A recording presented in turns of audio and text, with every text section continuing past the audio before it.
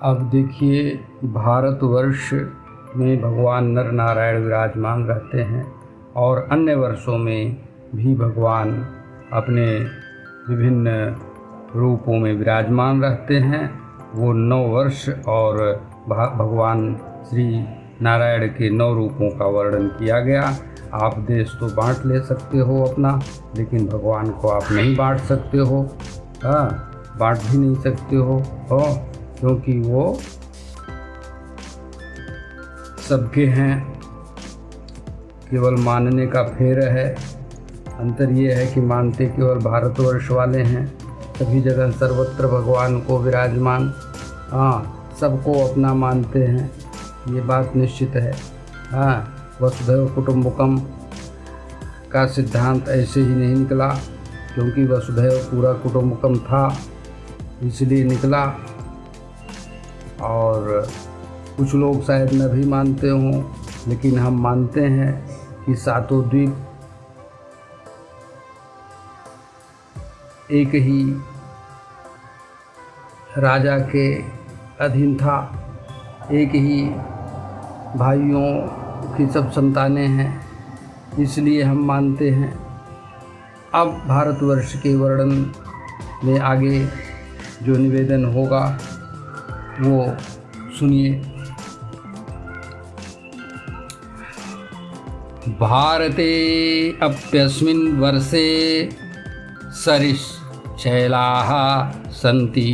मतलब सुनो, कह रहे हैं कि भारतवर्ष में, इस भारतवर्ष में भी बहुत सी सरिताएं माने नदियाँ और शैल इत्यादि हैं, उनका वर्णन करते हैं।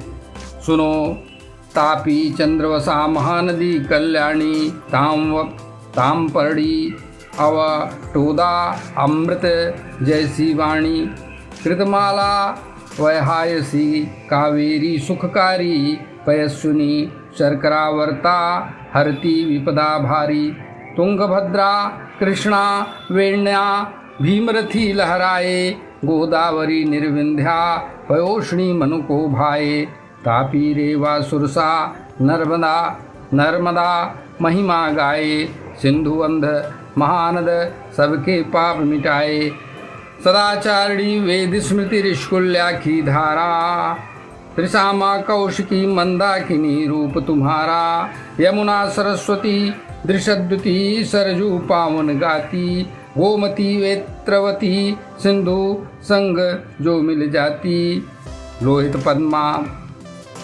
शतद्रु चंद्रभद्रा चंद्रभागा अति सुंदर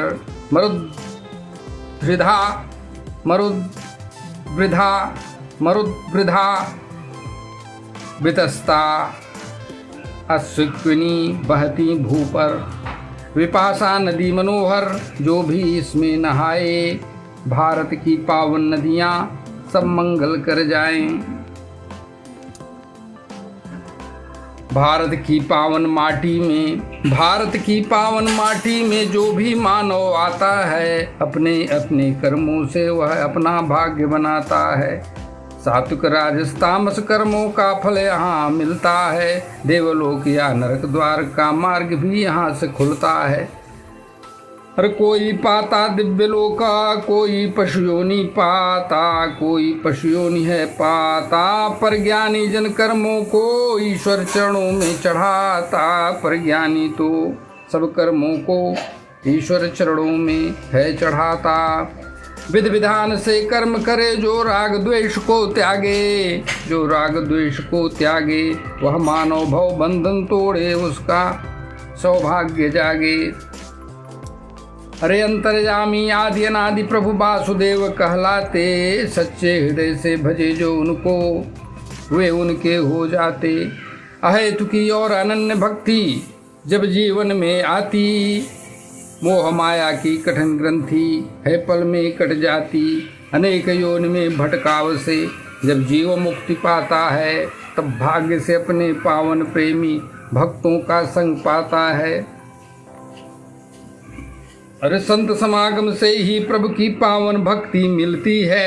भवसागर से तर जाता वह मुक्ति की कली खिलती है।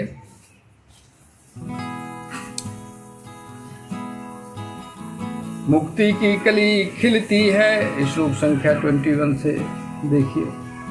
अरे यहो प्रभु ने कैसा सुंदर इसका भाग्य बनाया है, भारत की पावन माटी में जिसने भी तन पाया है। अरे स्वयं हरि की कृपा हुई या पुण्य किए हैं यति भारी, तरस रहे सब देवलोक में पाने को यह रस न्यारी। अरे मुकुंद सेवा के योग्य यहाँ जो दिव्य जन्म मिल जाता है, देवराज का वैभव भी तो इसके आगे शर्माता है। अब यहाँ मैं एक निवेदन कर दूं भारतवासियों के लिए, भारतवर्ष के लोगों के लिए, ये बहुत आनंद का विषय है कि आप लोग ऐसे जगह पे अपने सौभाग्य से जन्म लिए हैं कि आप बहुत कुछ अच्छा कर सकते हैं। इसलिए व्यर्थ में अपने मन में दिल में भटकाव नहीं पालना चाहिए कि ईश्वर नहीं है, और है तो यहाँ अत्याचार क्यों हो रहा है, वहाँ वैसा क्यों हो रहा है, यहाँ पे क्यों वो भगवान आके रोकते नहीं। जब भगवान वो चीज़ रोके नहीं तो हम भगवान को क्यों माने। ऐसे तरह तरह के तर्क करके लोग कहते हैं भगवान है ही नहीं है, ईश्वर नाम का तत्व तो है ही नहीं है। कितनी बड़ी विडंबना है कि जिस ईश्वर को प्रत्यक्ष अपने हृदय में देखा जा सकता है, उसको देखने के लिए आप कहते हैं कि वो है ही नहीं है? पहले आप इधर उधर उधर उधर भटके। हनुमान जी तो गए मंदिर मंदिर प्रतिकर शोधा, देखे जहां तक अगणित जो था।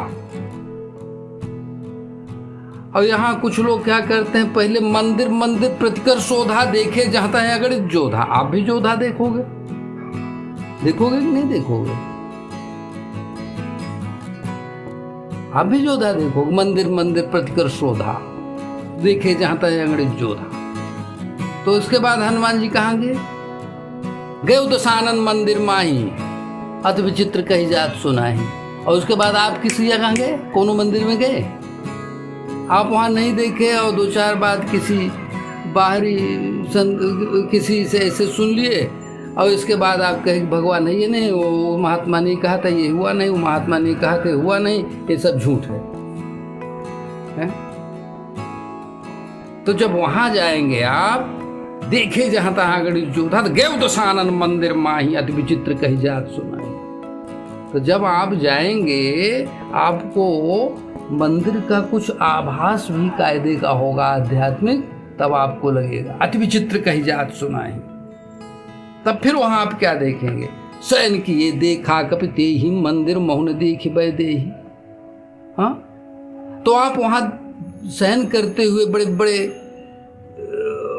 धुरंधरों को देखेंगे, लेकिन फिर भी वहां आपको शक्ति नहीं दिखाई पड़ेगी, भगवान का दर्शन नहीं होगा। इतने में आप कहे भगवान नहीं है, शक्ति नहीं है,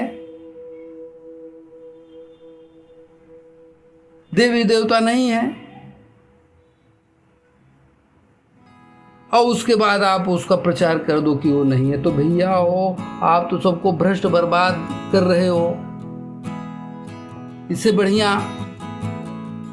बढ़िया आप अपना पैसा कौड़ी और अपना ऊर्जा एनर्जी क्यों खर्चा करके इधर उधर जाते हो?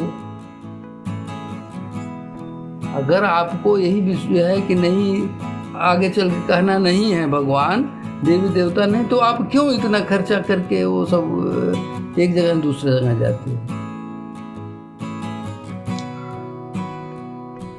भगवान ने कहा क्या कि आप जो है आओ हमारे मंदिर में तो हम तुमको दर्शन देंगे।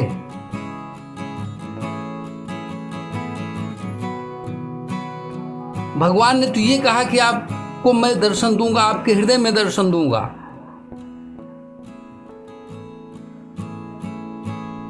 आप जो मुझको अपने घर में चढ़ाओगे वो भी मैं भाव से चढ़ाओगे तो मैं उसको भाव से ले लूँगा, लेकिन वो भौतिक रूप से आप ही प्रसाद उसको पाओगे, हम नहीं उसको खर्चा करेंगे भैया।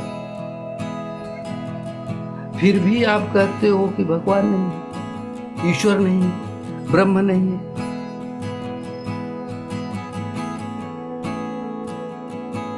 भारतवर्ष में रह के आप कहते हो ब्रह्म नहीं है, ईश्वर नहीं है। भारतवर्ष का मतलब है पूरी एशिया।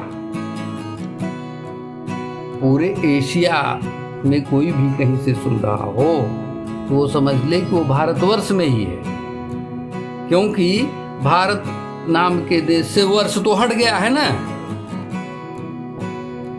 खाली भारत है जिसको इंडिया कहते हैं, संविधान में लिखा है। कुछ लोग शौक से और भी नाम लेते हैं, हिंदुस्तान। तो भैया भारत वर्ष से तो वर्ष हट गया, तो बाकी देश जो है भारत माने इंडिया के अगल बगल के जो हैं हमारे एशिया के, वो समझ ले कि भाई हम भी भारतवर्ष के उस पवित्र क्षेत्र में हैं जिसको कर्म भूमि कहा जाता है। और पूरी पृथ्वी पे अगर कोई कर्म भूमि है तो केवल भारतवर्ष है, और बाकी सब जगह भूमि क्या है, भोग भूमि है, एंजॉयमेंट करने की भूमि है। जो स्वर्ग से कुछ पुण्य बचा रहता है उसके लिए आप वहाँ आ जाते हो, तो आपका एक मुद्रा भारत के कई मुद्रा के बराबर हो जाता है, और एक मुद्रा कमा लिए तो आपका दिन भर का काम चल सकता है खाने पीने का। हाँ, और भारतवर्ष में एक मुद्रा आप कमा लिए तो उससे क्या आप काम कर पाएंगे। एक मुद्रा, इसलिए यहाँ कर्म करना पड़ता है, इसलिए यहाँ कर्म करना पड़ता है।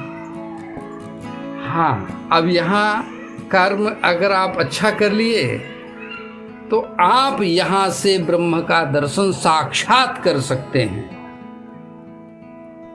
और किसी वर्ष में है, चाहे जितना आप कर्म कर लीजिए भैया, ब्रह्म का दर्शन साक्षात नहीं कर सकते हैं। स्वर्ग में आप कोई हो तो वो ब्रह्म का दर्शन साक्षात नहीं कर सकता है।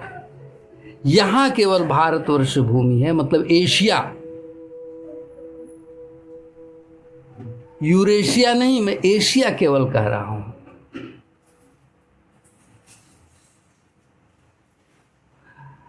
यूरेशिया का वह खंड जो हिमालय पर्वत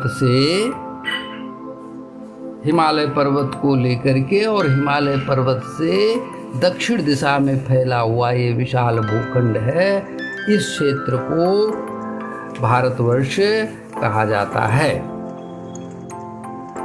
तो यहाँ से जो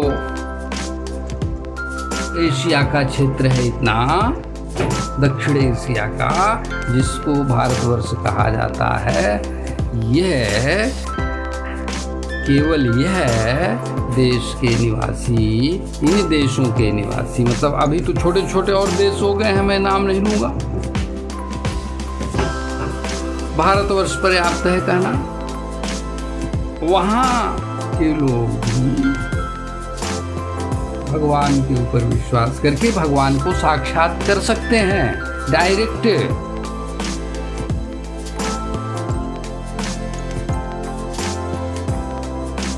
ये नहीं कि आप मंदिर जाएंगे तभी भगवान मिलेंगे, मंदिर जाओगे तो आपको कुछ और आनंद मिलेगा भगवान के विषय भक्ति का जरूर, लेकिन मंदिर नहीं जाओगे, भगवान का घर में ही ध्यान करोगे तो भगवान आपके हृदय में आपको साक्षात्कार कराएंगे।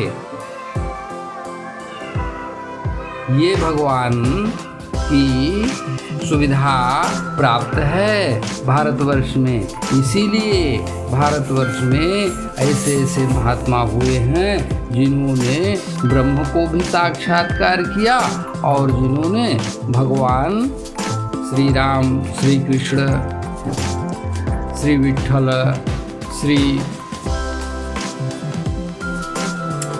करके सांवरिया सेठ प्रकट हो गए। नहीं तो भैया सांवरिया सेठ कहाँ से प्रकट होते, भगवान खुद ही प्रकट हो गए। अपना बही खाता लेके रोकड़ा, लो भैया जिसको चाहिए, है कि नहीं।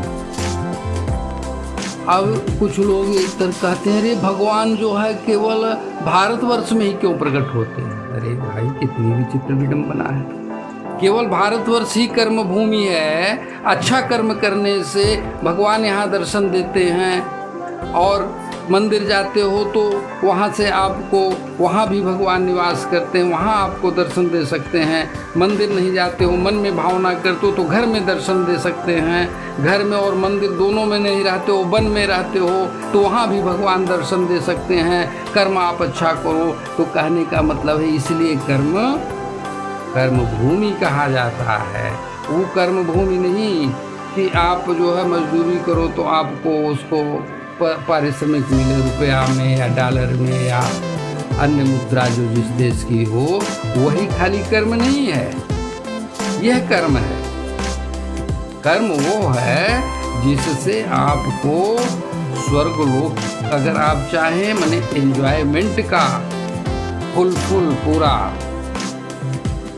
तो केवल यहाँ के करने से वहाँ प्राप्त हो जाए, या अगर स्वर्ग से भी ऊपर आप भगवान को साक्षात उनके धाम को चाहते तो वो धाम प्राप्त हो जाए, या जो कुछ लोग कहते हैं कि स्वर्ग और नरक यही पृथ्वी पर है, तो यही काम करके यही पृथ्वी पर, यही भारतवर्ष में स्वर्ग आप भोग सकते हैं। एंजॉयमेंट कोई बाधा नहीं होगी आपको। अच्छा आप कर्म करें तो यही पृथ्वी पर आप एंजॉयमेंट भोग सकते हैं जो लोग स्वर्ग में भोगते हैं।